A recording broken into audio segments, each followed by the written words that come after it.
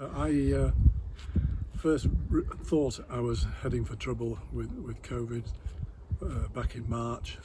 I'd felt unwell for a few days, thought it was a chest infection. I'd had several antibiotics but didn't seem to be really fighting it, and I thought I need to go to the hospital.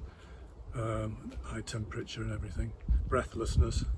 And on admission in hospital, it was a frightening experience to be met by about 6 or 8 doctors and nurses, all with the gowns and the visors and the masks. And but at that stage, I never envisaged that 5.5 weeks later I would still be there. It was a frightening, scary experience. I moved around from several wards. I was probably in about 5 or 6 different wards, and a whole week in ICU is probably the only time that I really didn't realise where I was and what was going on around me. I knew I'd got fantastic 24-hour care, but I was mightily relieved when the day they said, right, we're moving you back onto the ward, and then even better when I was released onto Wensleydale ward. It's scary because there's nothing to relate it to. I often say if I'd broken my leg and had gone into hospital, you would know that several weeks later the doctor would come along and say, yeah, okay, you're fit to go, everything's okay. Every time during my spell in hospital, I raised a question, I was virtually told the answer, we don't know, before I'd even finished the question, because the doctors and nurses were obviously learning on their feet, so to speak, because of this virus was new to them as well. You can't emphasise enough the pressure and the fear that it has on the family at home, because with no visitors being allowed in hospital, they were reliant on a daily call from a doctor or a nurse just to put them in the picture. But even then, they didn't know exactly how well. I'd talked to them on the phone, and my voice wasn't good because part of the symptoms of the virus is your voice is husky. It's still 20 weeks after coming home, my voice is not 100%, and after talking for quite a while, disappears. But it's awful for the family at home because they really don't know what's going on. Okay, so I started with coronavirus symptoms very early on in March, and I was determined that I wasn't going to go to hospital and stayed at home. So I stayed at home in bed feeling absolutely terrible. The symptoms that everybody has been talking about, headaches, coughs, breathlessness, just feeling really lethargic, not being able to do anything. My symptoms steadily got worse, and we called 111 and they arranged for paramedics to come out, and this would probably be on about day 7. Wednesday. Yeah, about day 7. Yeah. And the paramedics came out, and although I was poorly, they said I wasn't poorly enough to go to hospital and to just carry on as we were doing, which was fine. I really didn't want to go to hospital, but I needed that reassurance.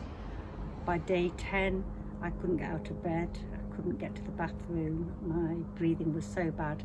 We phoned our GP, she told us immediately to phone paramedics, which we did, and they came and blue lighted me into hospital. And it was only when I went into the resus room at hospital that I realised that I was as ill as I was. The staff there were absolutely fantastic. They brought a CPAP machine over from York for me.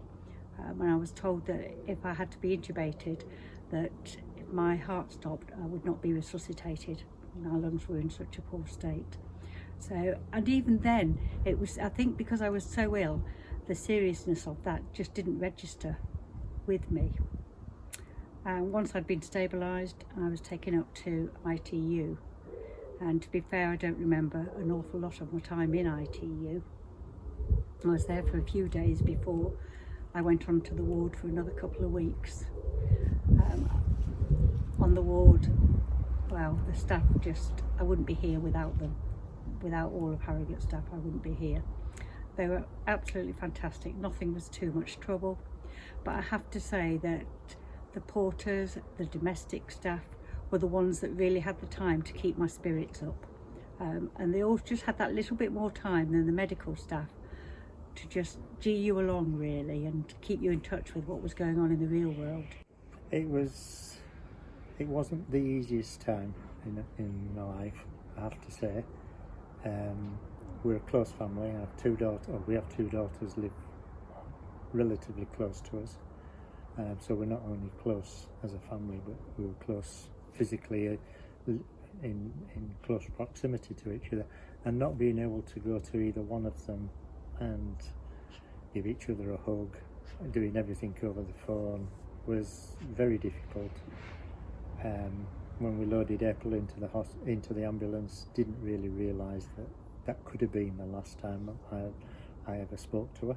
I still get tired, although not as tired. It is improving, and I occasionally get flashbacks into the time that I was in ITU.